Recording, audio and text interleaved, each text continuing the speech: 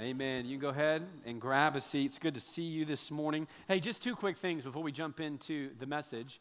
First, we started our food drive last week. So if you weren't here last week, we started our food drive. And I just told everybody the reason why we're doing it in the month of February is because oftentimes our local food pantries do really well at the end of the year, which is when a lot of organizations do their food drives. And then they get into the beginning of the new year, and their shelves are a little bit empty. And so we just decided this year, through multiple conversations with our local food pantries, that February was going to be the year. And I heard from some of our staff this past week who are running our food drive initiative this year, went and visited them this past week. They have cleared the shelves for us, all right? And so we've got a goal this year of 30,000 pounds of food between both of our campuses, so we're excited to jump in. You've got the handout in your bulletin again this week, and you'll see the display, the setup is over on the other side of the lobby. Denise is out there, and if you have any questions, you go see her. And but the March date, I think it's March 3rd. Can't remember, I should know it, but March something, all right? It's in there. You just look at your bulletin. It's in there. That's the date. There's a date coming that we're going to be dropping off the food, delivering the food. And so here's what I need, because I know some of you guys have trucks, okay? And your trucks are huge, and you're looking for a reason to use your truck. And this is a good way that you can leverage with your spouse. You go, why do you need that big of a truck? You go, food drive. All right, they need my truck at the food drive. And so we need some help delivering the food to our local food pantry. So just go stop by the table, check in with Denise, and get signed up, especially if you've got a truck. That'd be awesome. And let's just keep bringing that food in. You go to the grocery store, pick up a couple of those items or all of the items. It's going to help out a ton. The other thing that's coming up, we're doing a breakfast at Centennial Elementary. So we got a couple schools left this school year that we're still going and serving the staff. And we've got the table out there. If you're part of our church, you know we do this. We got a table out there with note cards. And here's the thing. I forgot to mention that first service, okay?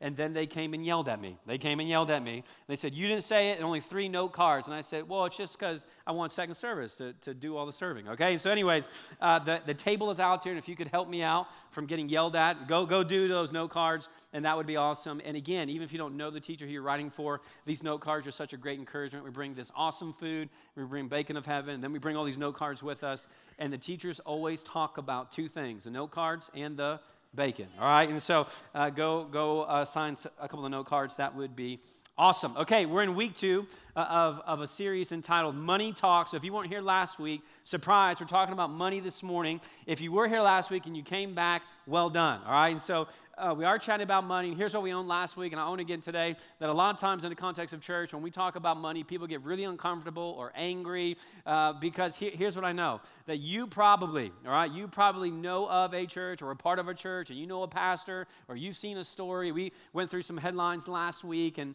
kind of looked at the silliness of when it comes to money and church and pastors. But I know there's some churches out there and pastors out there that are going to leverage their platform. They're going to leverage their influence for personal gain, all right? You know it, and I know it. And here's the thing. You know what the Bible says? Those leaders are going to get judged for that, and they should. Because in the context of church and in the kingdom of God, nobody should be on stage leveraging anything for personal gain. But you know those stories, and I know those stories. And I just want to tell you that for our church, if you don't know this, it's good to know that at our church, we track, and we're going to talk about tracking our money this morning, but we track every single dollar that comes through our offering every single week. In fact, every year we audit ourselves on purpose, not because we have to, but because we want to, so that we can say, hey, this is how much money came in, and this is how we used it. We think that's really important, and we need to bring accountability to that so that we don't misuse God's money. And so you just got to know that. I told a story last week as a joke that I actually got accused at one point over the last 6 years of being a preacher that's just preaching for personal gain, and that I own a Lamborghini. And I'm just telling you, I don't own a Lamborghini. But I ran into so many people this week throughout town, just grocery shopping and all different places I go. People I don't even know, all right, but they must attend our church. And they would just walk up to me, and they would go, did you drive your Lamborghini this morning? And I said, no, I left it in the garage, okay? And I don't even know these people, but I don't have a Lamborghini, but I hope maybe one day I do, all right? But I don't have it right now. But we track every single dollar here, and you need to know that. So the accountability is high. Here's the other thing. I know that some of you are still in your journey of discovering who God is, and maybe you're here this morning. You don't believe that Jesus is who he says he is. And hear me out. I'm so glad that you're here because we're a community that you can belong to before you believe in. And so I'm glad you're here to discover. And you might feel some tension because you don't live underneath the same teaching as we do as Christians. And so you might receive this in a different light because I'm actually going to say today, I said it last week, but I'm actually going to say today that all your money and possessions isn't even yours. And if you're not a Christian, I could see how you might receive that and go, I don't like that. I don't like somebody on stage telling me that my money isn't mine. I totally get it, but here's what I want to encourage you with. These money principles really that we're teaching are going to benefit you if you would apply them whether you're a Christian or not. Really, if you're a Christian here, we take it up a couple of notches because what's at stake here I think is really, really important, which we're going to see in the scriptures. And these are some mandates that come from Jesus. So if you're a Christian, we live underneath that. But even if you're not a Christian, I want to encourage you, think about it. Think about it. I think if you actually apply these money principles, that it actually is going to be better for you in the long run. And the reason why we're talking about money, and I would argue the reason why we should talk about money more is because Jesus talked about money a lot. In fact, Jesus talked more about money than he did about heaven and hell combined. If you read your New Testament, the second portion of your Bible, there's over 2,000 verses that have to do with your money and your possessions, which means 1 out of every 7 verses in the New Testament have to do with money. 16 out of the 38 parables are these stories that Jesus will tell, these earthly stories that have a heavenly meaning. 16 of them have to do with money. And what's interesting, I said this last week too, what's interesting is that Jesus talks a whole lot about money, but he never asked anybody for it. He talked about it, it seems, all the time, and yet he never asked for anyone's money except this one time, just to give an example about paying taxes. And so if you weren't here last week, you should pay taxes, all right? And so, but he never asked anybody for money. He wasn't walking around begging for money or telling people that they should give him their money. He never did that, but he talked about money all the time. And the reason why I think he talked about money all the time, because he knows that money has such a huge influence in our lives and especially in our heart. And the thing that Jesus is after is, guess what? Your heart. And I've heard from people over and over again, the church, they just want our money, just want our money. And I'm telling you, it's just not true. And unfortunately, there probably has been and still are some people leading in the context of local church that are leveraging some scriptures for personal gain. And that's a shame because there's so much at stake when it comes to our money. And so we do this series called Money Talks, which is the idea of just saying, if your money could actually talk to you, what would your money say? And I don't think we're going to share anything about what your money would say. There's nothing shocking there that's going to blow you away. But I think what is shocking is that if your money could talk, what it would say, or what I think it would say, is actually what Jesus did say 2,000 years ago. I think that's pretty incredible. That 2,000 years ago, Jesus knew, and he still knows, about what's going on in the context of your relationship with you and your money and your stuff. And he said some things that I think we need to weigh into. And so last week we just said this: if your money could talk, it would say that I can add meaning to your life, but I'm not the meaning of life. I can add meaning to your life, but I'm not the meaning of life. And if you were here last week, I reminded you 3 different times that you're going to die. Sorry, but you're going to die. You're going to die. And the idea here is that you're not the owner of your money, you're just managing your money. And one of the ways that I know that, because when you die, you're not going to take any of your stuff with you. And the reminder was this, that at your funeral, money doesn't get a lot of play. It doesn't. Money just doesn't get a lot of play. And and here's the idea that if money is a means to an end, but it cannot be the meaning at the end. Money's just a means to an end, but it can't be the means at the end. And that's, if you just live for you and you just live for stuff, then your funeral is going to be a rough funeral. Because people don't talk about your stuff at funerals, they tell stories, not stuff. But if you just live for you, there's not going to be any stories at the end of your life. There's just going to be a bunch of stuff, which means your funeral is going to be a rough funeral to attend. And what happens after your funeral? Nobody's going to tell stories. You're just going to fight over your stuff. And I've seen it happen. I've seen people less interested in celebrating a person at their funeral and more interested in who's going to get what. Why? Because that person lived for themselves, and at the end of their life, all they had was themselves to show for it. And you don't have to be a Christian to know that's true. Just start going to funerals. I go to a lot. Just go. And you can see a dramatic difference when it comes to how people live their lives. And so here's the question. I just said last week, you got to answer this question. You should answer it now. You should answer it now before whatever day that you're going to die. And here's the question. Do I want more stuff or do I want more stories? In your life, do you want more stuff or do you want more stories. You could ask it like this: what do I want people to line up and thank me for at the end of my life? What do I want people to line up for and thank me for at the end of my life? Do you want more stories or do you want more stuff? And if you only live for yourself, then you're going to have yourself to show for yourself at the end of your life. You may have a lot of stuff, but you can't take it with you. And all you're going to do is create a scenario for a lot of people that are going to argue and bicker about what they can get. Nobody's going to talk about your stuff at your funeral, which is why, again, if your money could talk, it would remind you, I can add meaning to your life, but I'm not the meaning of life. I can add meaning, but I'm not the meeting. And so here's what we're going to talk about this week. If your money could talk, it would say this: I'm easy to keep up with. I'm easy to keep up with, but I'm difficult to catch up with. I'm easy to keep up with, but I'm difficult to catch up with. And I'm going to say this, and it might cause some tension with you, but I think it's true, because it's 2020. It's 2020. There really is no excuse for not knowing where your money is going. There's really not a good excuse anymore for not knowing where your money is going. And you know how this works, because you get a certain amount that comes in every couple of weeks or once a month, however you get your paycheck. And then here's the thing. You decide, you actually determine where you send your money. So money comes in, and then you determine where it goes. And I'm going to make an argument that there's not really a good excuse for you to not know where your money goes. And yet, here's what I know we all have in common. There was a day, might have been this week or years ago, when you thought you had a certain amount of money in your bank account, and then you checked in, and there was not usually more, but less. And you probably had something inside of you that went, what? Where'd all my money go? Some of you went to make a purchase, right, through your debit card or credit card or something, and you thought you had the money, and then has this ever happened to you? The person, the waitress comes back and says, sir or ma'am, the card didn't work, right? And you're going, what? And what's going on? You go and check things, and you realize you actually had less money than what you thought. And so I want to argue this morning that all of us need to be tracking our money. You can say it like this. If you had to sum up the sermon this morning, here's what I'd say. We should all be knowing where our money is. Okay, good, you're with me. Yeah. We should all be knowing where your money is going. You should all know where your money is going. There really shouldn't be any mystery.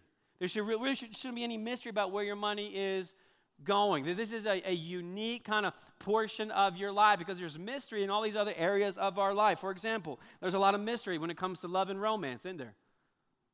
No? I mean, men, you should be shaking your head yes right now. Right? It's not what you said, it's how you said it. There's a lot of mysteries, all right? You don't get it. There's some mysteries when it comes to love and romance. There's a lot of mystery when it comes to raising kids, isn't it? A lot of mystery. You can tell your kid 1,000 times this one thing, they don't ever get it, and then this other thing you tell them once and they get it. Why? I don't know, it's a mystery. It'll drive you crazy as a parent, but there's a lot of mystery when it comes to raising kids, and there's a lot of mystery when your kids grow up to become middle school and high schoolers, isn't it? A lot of mystery. All of a sudden, it's like they turn 13 and reasoning goes out. It's just gone. Why? I don't know. It's a mystery. Then it doesn't even come back till they're 30, right? I don't get it, but it just happens. Like reasoning goes away. They can't think more than 1 second of their life in front of them, and you're going to keep talking. No. Think 5 years out. Think 10 years out. They can't do it. They're going to make decisions. They're going to regret 20 years from now, and they're not even going to listen to you. Why? It's a mystery. I don't get it, but there's mystery there. There's a lot of mystery when it comes to different moments of our life and different circumstances and decisions you have to make. But when it comes to our money, there should be no mystery. There should be no mystery. You can track it. It comes in and then it goes out, and a lot of times you're determining where it goes. But here's the thing. When you lose track of your money begins to take over your life in the context of emotions.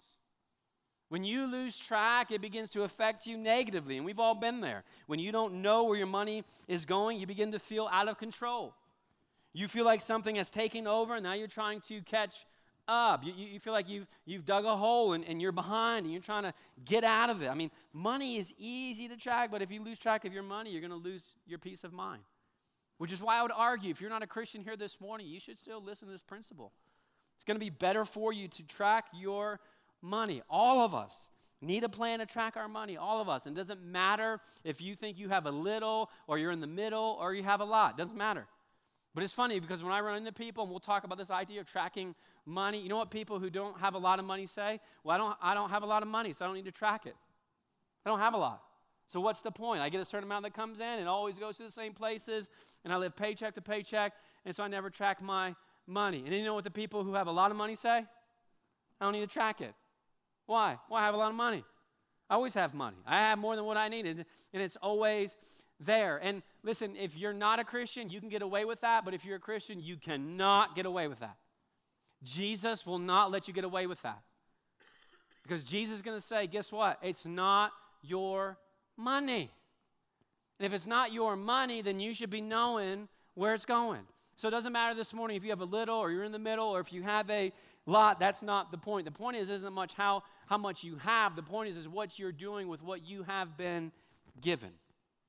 That's the point. Think about this, especially for most of us who are in the room this morning, we probably have more than what we need. We may not think it, but we actually do in the context of the world, especially the world's wealth. I mean, 7 billion people in this world. The guy right in the middle is making $2 a day. In about 15 years, a third of the world's population will live in a slum. Now, you probably have more than what you need. I'm just telling you. And the reason why you don't think you have a lot is because you just don't travel a lot, or you don't travel to places where people have a lot less than you. But a lot of the world would look at what's in your bank account or look at your paycheck, and they would say that you are rich. In fact, the greatest filter of a person's wealth in the context of the world, if you travel the world and you start being around people who live in poverty, the first question they're going to ask you is this: do you have a car? Do you have a car? Because that's how they determine if you're actually wealthy. And you'll go, yeah, I have a car, and they'll freak out. And then you tell them I have 2 cars, then they'll pass out. And then you tell them you actually have a house for your car. It's called a garage. I never heard of it before. And they're going to think about you, man, if I just had a little bit of what you had, man, I would have so much. I wouldn't know what to do with it. And most of us are maxing out what we've been given. But when you only live on $2 a day, and then you think, if you made $50,000 in a year or $80,000 in a year, and you have more than what you need. And when you have more than what you need, the temptation is not to track it, but that's when you need to track it the most. Think about things in your life that you live with, that you have more than what you need. Think about water. If I had a bottle of water, if I had it up here this morning, would any of you come tackle me to drink this water? No. You want to know why? We got water all over the place. We got water fountains out there. You can go fill up your water bottle for free. It's free. When, I mean, most of us probably don't even know how much water we use in a given month. You want to know why we don't know how much we use? Because we have more than what we need. There's a reason why when you're washing your car, and while you're washing your car, you got to go do something, so you just put the hose on the side and then you let it keep running. Right? There's a reason why, coming here in the spring, pretty soon in the summertime, when you're driving around and you see someone's sprinklers on, you don't go, I cannot believe it that they are watering their lawn right now. You know why you don't feel like that? Because we have more water than what we need. We've got more than what we need. But if I said to you, hey, next month, here's the goal. Next month, everybody in the context of your household, you only get to use 5 gallons of water. You only get 5 gallons of water. And when you're done, when you use your 5 gallons, your house will be shut off. You won't have access to any more water. All of a sudden, when your kids are taking showers, you're going to be right there, right? Going, get it done. We got 5 gallons this month. All of a sudden, you're going to begin to track it. Why? Because you're not going to live in abundance anymore. This is what happens. When you have more than what you need, you get loose with it. And again, Jesus will say, no, not with you. You don't get to have that option. Because if all this money isn't yours to begin with, then you can't lose track of it. And so what we're going to see today, again, especially if you're a follower of Jesus, is that Jesus gives us a really good reason why we should know where our money is going, which means you got to come up with a simple way to track your spending. You got to track it. And if you develop this habit, there's going to be no guessing or wondering. You're going to experience less worrying because here's the thing, we know it to be true, when you record it, when you write it down, when you know where it's going, when you record it, you will begin to think if you can afford it. You see the rhyming there? I was proud of that one. All right, when you record it, you're going to think if you can afford it. When you record it, when you have to write it down, you think about it, and you know this is true. Because how many of you have ever done something where you recorded your calories in a given day? Anybody? Just me, 2 people. Okay, thanks for being honest. Nobody wants to admit it, but you've somewhere along the way, in the context of lose weight, you've said we're going to record calories. And here's what I know. You're going to eat a whole lot more if you don't record it.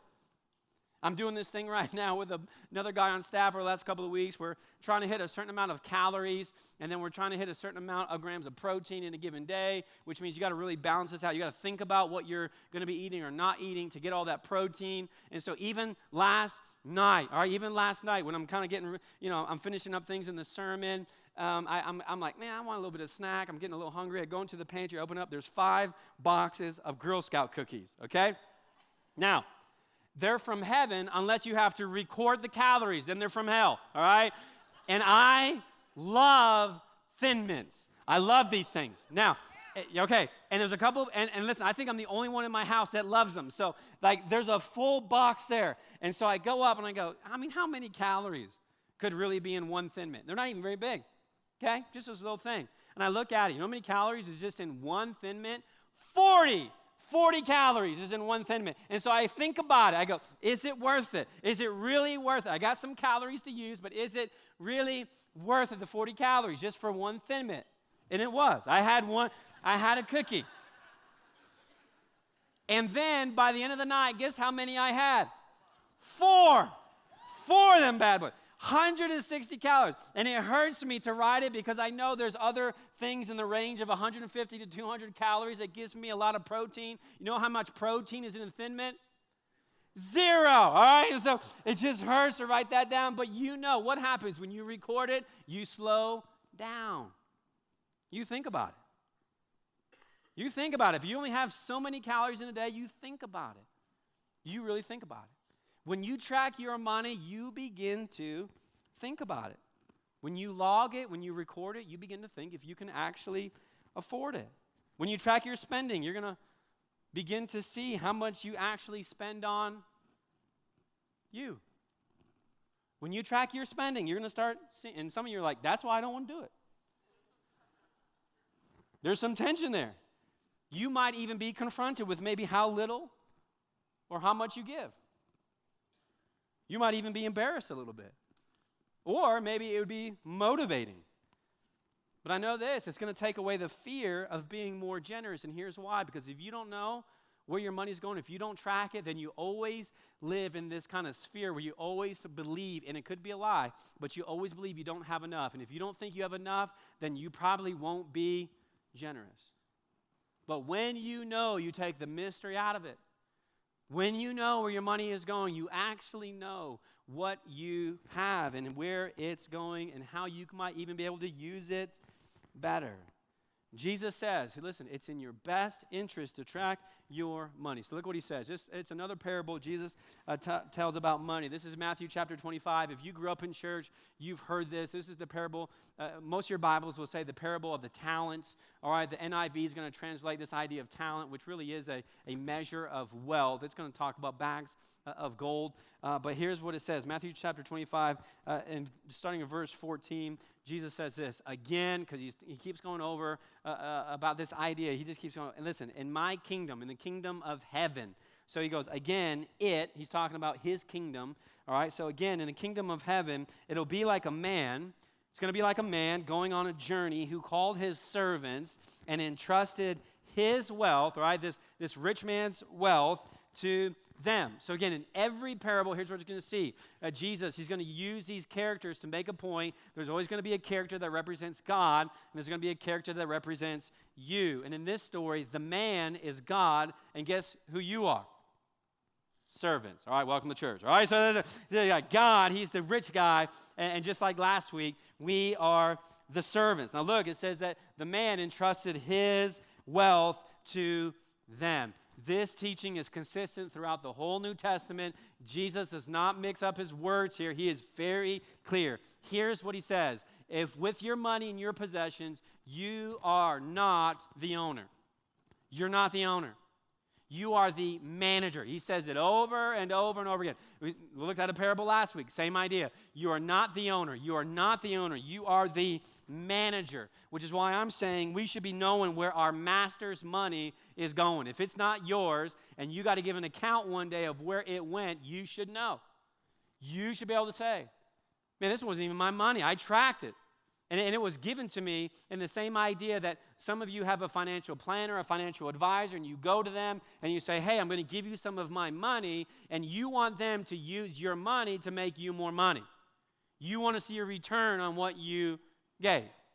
So we've got a rich man who has his servants, and he gives them his money. Now, just so we're on the same page, I don't know where you are in the context of math, all right? I don't know where you're at, but let's just all get on the same page, all right? These are not trick questions. You can say it out loud.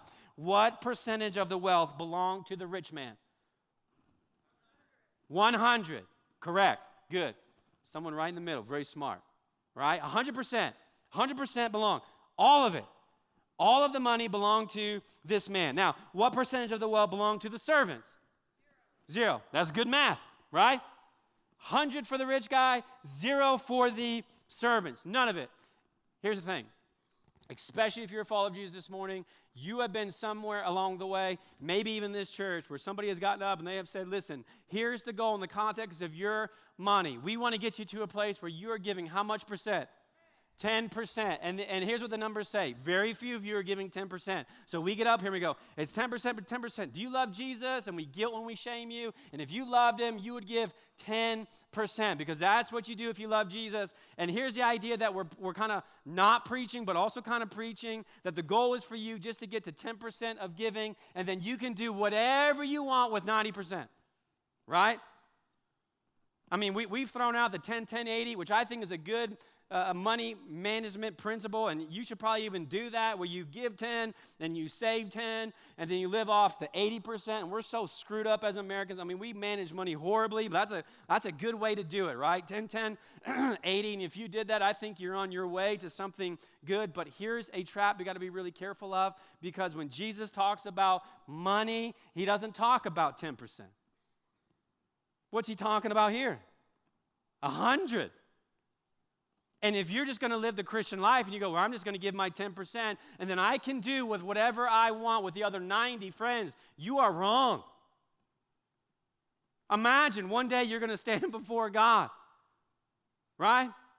And God says, hey, what'd you do? I gave you 100, and now what did you do with it? I want to see your return. I want to see my return on my investment in the context of your life. And you go, whoa, well, you better sit down, God. Get ready for this. I gave you 10%. I mean, what do you think God's going to do? Just, whoa, wow. 10%? Yeah. Well, what'd you do with the rest? Well, I used it for me.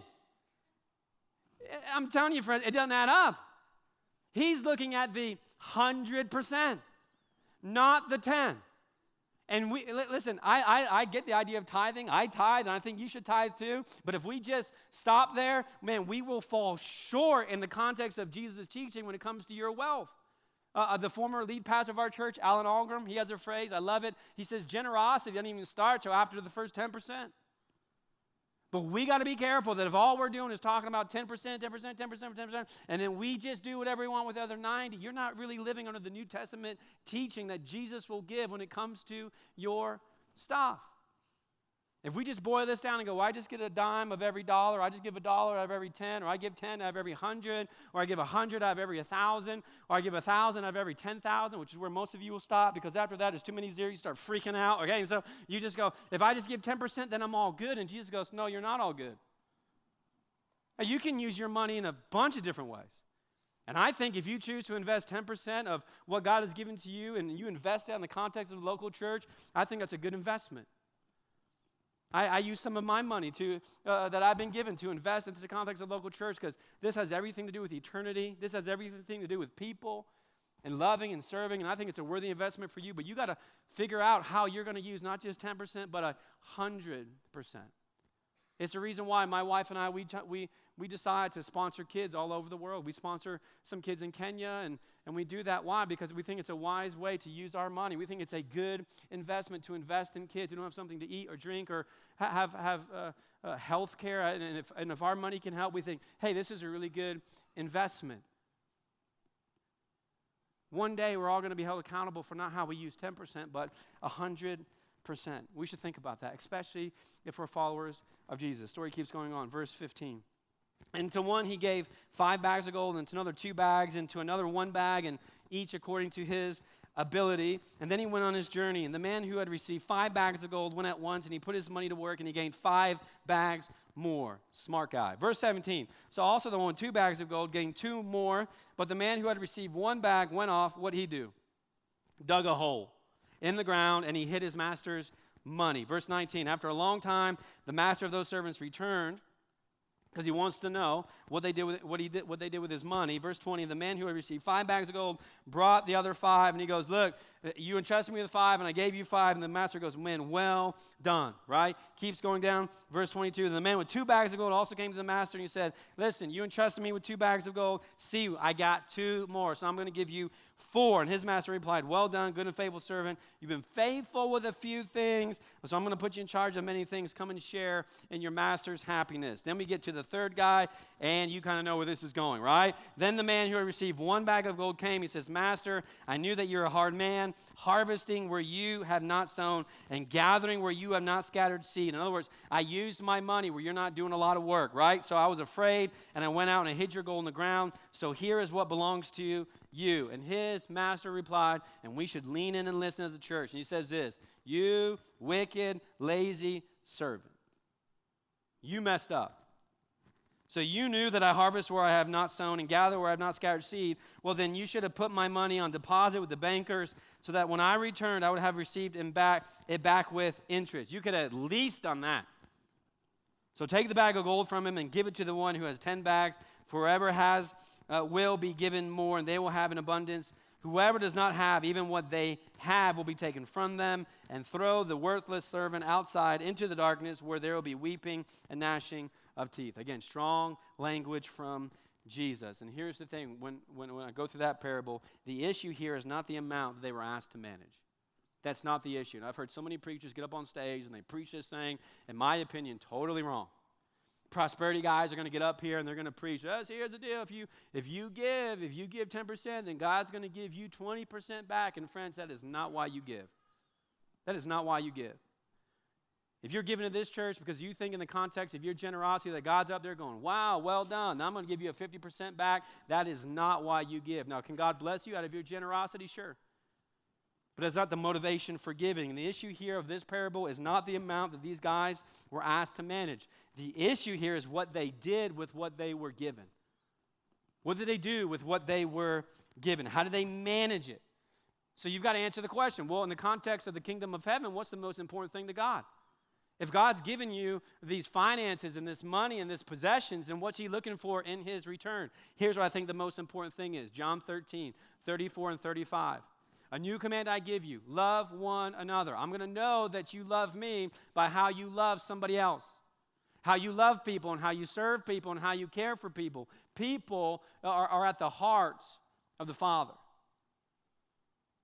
And I think, here's what I think. I actually think that you can use your money that God has given you in such a way that could actually make a difference in somebody else's life in the context of eternity.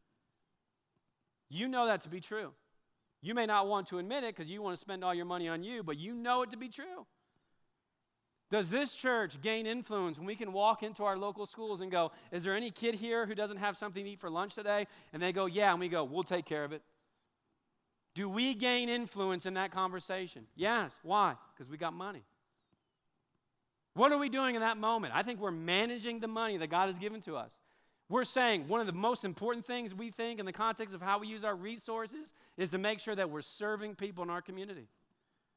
You gain influence. People begin to listen. When you love them, when you care for them. Listen, the people that you love the most in your life, what do you do at Christmas? You buy them gifts, right? Not a sin. You're like, should we buy gifts now? I don't know. He's talking about money. Some of you bought too many gifts, which is why you hate this series in the month of February. But here's the idea. When you love people, you want to be a blessing to them. You want to give something to them. That's natural. I love on Christmas morning as a father watching my kids open gifts. It's awesome. Why do we do that? Because they behaved? No. Because I love them. And that's why you give your kids gifts, because you love them too. And if loving people is the heart of the Father, and the Father's coming to you and saying, hey, I'm going to give you these bags of gold, use them. I want to see you use them in such a way where there's a return on my investment. Well, what's he looking for? More money? No, friends. No. He's looking for a return in the context of his kingdom. Remember, he said, again, it. What's the it? The kingdom of heaven. How are you using what you have been given? For the sake of other people. For the sake of the gospel. For loving and caring and serving. The issue is not the amount they were given. The issue is how they managed what they were given. And I heard a conversation. Somebody told me about a conversation they heard this past week. I thought it was really profound. And let me just say this. I don't save people and you don't save people. God is the one who saves people. And yet he's going to call people to preach. He's going to call people to be generous. He's going to use these things in our lives. But somebody told me this story where they overheard this conversation between a pastor and somebody who was part of their church. And the guy came up to the pastor and he said, hey, if I choose in my life not to be generous, if I don't give anything to this church, if I'm not generous with any of my money, will I still go to heaven? Will I still go to heaven? If I don't manage my money the correct way, will I still go to heaven? If I never give, is this going to be a salvation issue for me? And the pastor looked at the guy and he said, no, you'll still get to go to heaven, but someone else might not. No.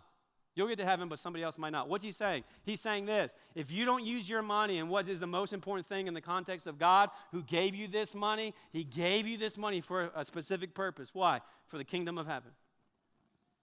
And he's looking to see how you're going to use it to gain influence, as we looked at last week, to gain friends, to start serving and loving people, to invest in the things that have to do with the context of eternity. You will. But could you use your money in such a way that you can have an impact and influence in other people's lives? And I think the answer is yes. And I think this is what Jesus is saying. This is what Jesus is saying. And here's the thing. Think about this morning. You've already entrusted, if you're a follower of Jesus, you've already trusted Jesus for your eternity. If you said at one point in your life, God, I believe that your son is Jesus and he died for my sins, and I believe that the only way to spend eternity with you is to believe and accept through the story of Easter. And man, without Jesus, I would be lost. You're already trusting Jesus with your eternity. You even will trust the teachings of Jesus. Jesus will say, when you pray to when you pray to the Father, you start your prayer and say, our Father. You even call Jesus or God Father because you believe this is what Jesus teaches, that God is your Father. And yet some of us, when it comes to our context of our money, decide not to lean in.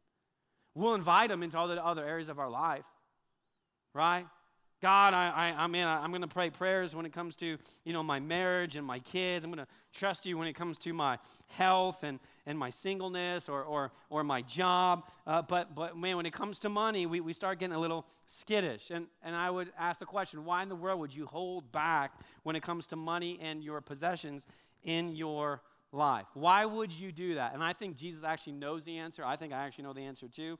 And here's why. Because in all those other areas of your life, you're really not in control anyways. That's why. Really easy to give up stuff when you're not in control. And some of you who have kids, you know this to be true. Your kids have grown up, and then they go and then they're adults and they're making decisions. You're going, why are they doing that? And they're living this kind of prodigal life. And you'll come to me and you go, man, I just know what's going on. We need to pray for them. We need to pray for them. We're going to pray that God smacks them across the head and they come back to church and they do all this stuff. It's really easy to invite God into that conversation. Why? Because you're not really in control anyways. You can't do anything. There's a lot of things in the context of our life we invite God into, and it's easy to invite him into because we really don't have control. So it's easy for us to go, God, you take control. Take the control. Do all this. But here's the thing. Man, Jesus is so stinking smart. He's so stinking smart here because 2,000 years ago, Jesus knew that your money and your possessions is kind of like where the rubber meets the road in the context of your ultimate devotion to him. Because when it comes to where your money goes, you do have control. You do get to decide. And this is what Jesus knows. And this is what he knew 2,000 years ago when he's telling this story. He knows it's easier for you to give him your heart than it is your money. That's what he knows. It's easy to get up here and go, oh, God, I worship you, and I'm going to do all this, and you're the best, and you're all that, and whatever. And then we walk out of here, and he goes, good. I want you to use some of my money. And we go, your money? No, This is my money. Jesus knows that when it comes to your money, this is when life all of a sudden gets really real. Gets real. You can play church, you can do all these other things, and you can fake some of these things, but you can't fake it when it comes to your money. You may not tell anybody about where your money goes, but listen, you know, and I know how much money we have and what we use it for. And Jesus goes, listen, this is a test. So we talked about last week, Luke chapter 16, verse 13. I didn't read this verse last week. This is the verse a lot of people go to. Jesus says, no one can serve two masters. Either you will hate the one and love the other, you'll be devoted to the one and despise the other. Listen, you cannot serve both God and money. Whose money is it? If it's yours, then you can't serve God. If it's God's, then there should be no problem. You don't have to have this tension between God and your stuff because your stuff is God's. Jesus goes, but if you try to play this, that you're going to be all for God, but you still want all your stuff to be yours, he goes, it's not going to work out because you can't serve both God and money.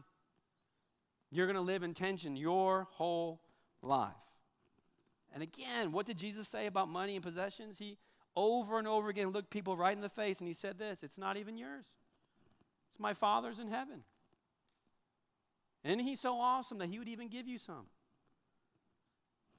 Over and over and over again. And the reason why I think you should track your money, the reason why you should know where your money is going, because it's not even your money. And one day the master is going to come and say, what'd you do with my money? How did you spend it? How did you use it? And how we manage our money speaks volumes. Speaks volumes about who we believe Jesus is. And if we're truly his, and if we've truly surrendered our life, then how we manage our money should look very, very differently than how people who don't believe in God manage theirs. So here's what I want you to do. Here's an easy challenge. I want you to take the challenge. Take the challenge, all right? Do it. Do something different. Do something different. Come to a different conclusion when it comes to your finances. Trust God with the stuff that he's given to you. Here's what I want you to do over the next 8 weeks. The next 8 weeks, here's what I want you to do. Number one, I want you to document your spending for 2 months. I'm not talking about a budget. I'm talking about spending. I want you to actually track every single dollar that you spend. Now, married couples, probably one of you, because we know opposite attract a lot, one of you in the couple just went, that's my guy up there. I love that guy. This is the best message I've ever heard in my life. Right? You're nudging your spouse. You hear that? We're tracking it. You like that? That's what we're doing, right? And then the other person hates me right now, okay? I totally get it. Listen, I'm not the one that wants to track stuff. That's not me. I like to move fast and buy all the Chick-fil-A sandwiches, right? It's not me, all right? But here's what I want you to do. I want you to document your spending for 2 months. I actually want you to know in 8 weeks from now where all of your money went. Now, here's what some people say. Well, Matt, we do all of our purchases on a credit card or American Express or something, and it shows us, right? We already have that information. And knowing that you can know is not the same thing as knowing. It's not. Don't fool yourself. I want you to know. I want somebody to be able to walk up to me 8 weeks from now and say, Matt, how much money did you actually spend at Chick-fil-A over the last 8 weeks? And I should be able to go, this is how much, right? And I'm not going to feel guilty about it because that's the Lord's chicken anyways, and that's the free pass, okay? But I want you to know, how much did you spend? You're not going to know unless you track it. So you document your spending for 2 months, right? Then here's the second thing you do. After you document for 2 months, then I want you to then sit down and look at it. Super hard, okay? Just sit down and look at it. And one of the reasons why some of you aren't going to track it for 8 weeks, because you know if you sit down and look at it, it's going to create a lot of tension in your heart, isn't it? Because you're going to know. It won't just be this idea. You won't be able to fool yourself anymore. You're going to actually know how much money you spend on you. You're going to know how much money you give away. You're just going to know. And there's a lot of power in knowing where your money is going. So you're going to sit down. You're going to look at it. And for some of you, you're going to look at it and go, wow, we don't like this. This is causing tension in my heart. I didn't realize we're spending this much on food or clothes or whatever. And then you're going to go, man, I thought we were giving a lot more than this or doing this. And so there's going to be tension that grows in your heart. And then you get to step 3. So after you sit down and look at it, then you just adjust if necessary. You make an adjustment. You go, you know what? We're not going to spend this much on this. Well, that's crazy. We should use this money differently. And if you can get to a point in the context of what God has given to you and how you manage his stuff and go, we think there's a better way to manage it, then you're getting the point of what Jesus is talking about in Matthew 25. He's essentially saying, is there a better way? Is there a better way to manage what God has given to you than how you're managing it now? And my guess is there's always going to be a better way. My guess is we can always get a little bit better. My guess is we can figure out how to just stretch the almighty dollar a little bit more so that we can use the master's money in such a way that when we give an account, he'll look at you and he'll look at me and go, well done. Well done. I see how you used what you have been given, and I see the return. And he's going, that's what I was looking for. That's what I was looking for. If your money could talk, last week it would tell you, I can add meaning to your life, and I'm not the meaning of life. If you live for money, then at the end of your life, the only thing you'll have to show for yourself is yourself. And you will fall short. If your money could talk, it'd say this, I'm easy to keep up with. You can track me if you want, but I'm difficult to catch up with. If you don't track me, I'll begin to take over. And I actually begin controlling you. So what would it look like for you and for me to manage better?